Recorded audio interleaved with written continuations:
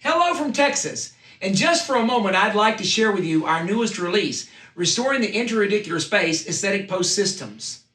Recently, I read a comment by a dentist saying every root deserves a chance. This statement resonated with my philosophy because it is not only the tooth, but also the alveolar and the soft tissue architecture and the patient that deserve a chance.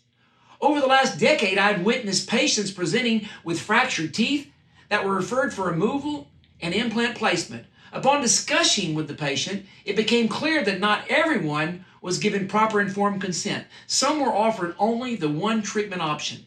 Thus, an awareness in the evolution of different disciplines in dentistry, combined with the common occurrence of misinformed patients coming for another opinion, stimulated my team and I to develop this book.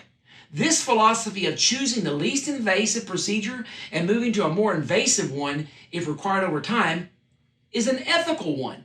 The dilemma of preserving or replacing the compromised natural tooth is discussed in great detail with ample scientific support. Over 1,200 cited research studies are distilled into clear and meaningful guidelines for the clinician to select an appropriate system for the restorative management of endodontically treated teeth for each clinical situation. And clinical protocols are illustrated meticulously with over 800 photographs and figures.